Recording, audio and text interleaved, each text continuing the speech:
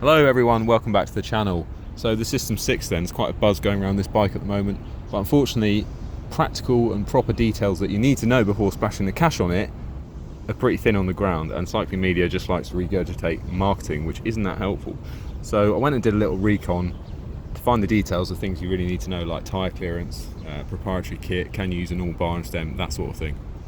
So first of all, starting with the bottom bracket, it's a BB30A, which means it's 5mm wider on the non-drive side. That extra 5mm gives you a bit more thickness to the left chainstay, increases the pedalling stiffness a bit, means you can have a thicker chainstay, but the trade-off is less tyre clearance. If you have thicker chainstays, you have to have less tyre clearance. Unfortunately, they don't use an 86mm shell like Shimano standard, which kind of gives you everything in one. Basically, it gives you thick chainstays and lots of tyre clearance. Here you can see I'm slipping the rear triangle over the front wheel of a Synapse, which was running a 28mm Schwalbe Pro 1, and that's 28mm true, so it will fit a 28mm tyre quite comfortably. The limiting factor will be the diameter of the tyre. Actually, as you increase the width of the tyre, the diameter also goes up, and the cutout diameter is going to be probably the first thing that's going to interfere, rather than the width of the tyre hitting the chainstays. Going back to the bottom bracket shell itself, it looks like it's been honed quite nicely. I didn't obviously have a ball gauge and check the roundness of it, but it looks like it's been honed quite nicely, and the internal structure of the carbon, what I could see, was very high too. This is the high mod frame set, so this is Cannondale's top end carbon from their top end factory. The next thing to note is that the high mod frame set only option doesn't come with the kind of integrated bar and stem combo, or the modular bar and stem combo. But that's a nice thing in my eyes. You can fit a normal bar and stem, and the steerer is a normal round 1 1/8 inch. You can fit any stem you like on there, and all the cables will pass through the headset spaces, down into the head tube, down into the crown of the fork. If you want to run mechanical shifting, they will have to be externally routed down into the down tube where the junction box would sit. There's a replacement insert for the mechanical stoppers, so if you're running mechanical, you still will have some exposed cable, but Di2 or ETAP with the hydraulic brakes will be completely invisible, basically until the cables exit those headset spaces.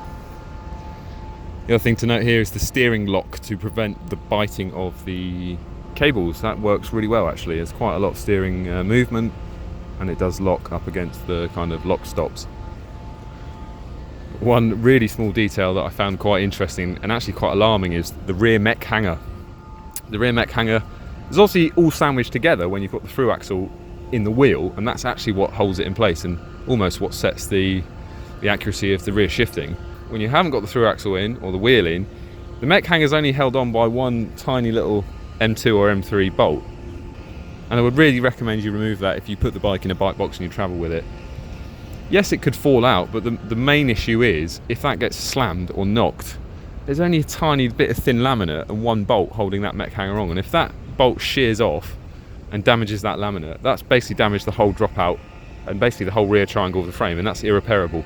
So I don't like that Cannondale. That's pretty bad design, to be honest. It's not very user friendly. It's a potential for some real damage over such a small, insignificant part. So if you're traveling with it, leave the through axle in or remove the Mech hanger. Other thing to note is the seat post. It does look really deep. It's probably, I didn't measure it, it's probably about 50mm deep, something like a Cervelo S5 deep, and they just really aren't comfortable. They don't deflect a lot under vertical loading, and the rest of the rear triangle is pretty sturdy. Yes, you can run a big tyre, but you can't run an overly big tyre. But, why don't they use a seat post like the Scott Foil or the Canyon Aero, which is known and tested to be way more compliant? One redeeming feature about it is it does have the offset lower cradle to the clamp, so you can offset your seat slightly further back or slightly further forward. There's no obvious forward offset because you still have the offset that's moulded into the top of the seat post anyway, but at least they offer a bit of an option there. And again, they use a 2-bolt system, so there's infinite adjustment on the angle of the saddle, the pitch of the saddle. Noticed the paint masking was a bit scruffy. It's probably, these are first productions, we've probably improved that. But yeah, the paint masking wasn't quite perfect, but that's a small detail. Now I'm not completely sure here because I couldn't get the spacers off, but it doesn't look like there's any kind of like weather seal or O-ring on that top bearing. Last thing to mention is this bike is not light. There's just so much carbon there. It can't be that light. It's unfortunate. Yes, the aero gains will outweigh the extra weight, literally, until you go upgrades of like 6%. And for most people with a high power, if you're a real hitter, that can increase. So maybe it'll be faster up to 7-8%, who knows.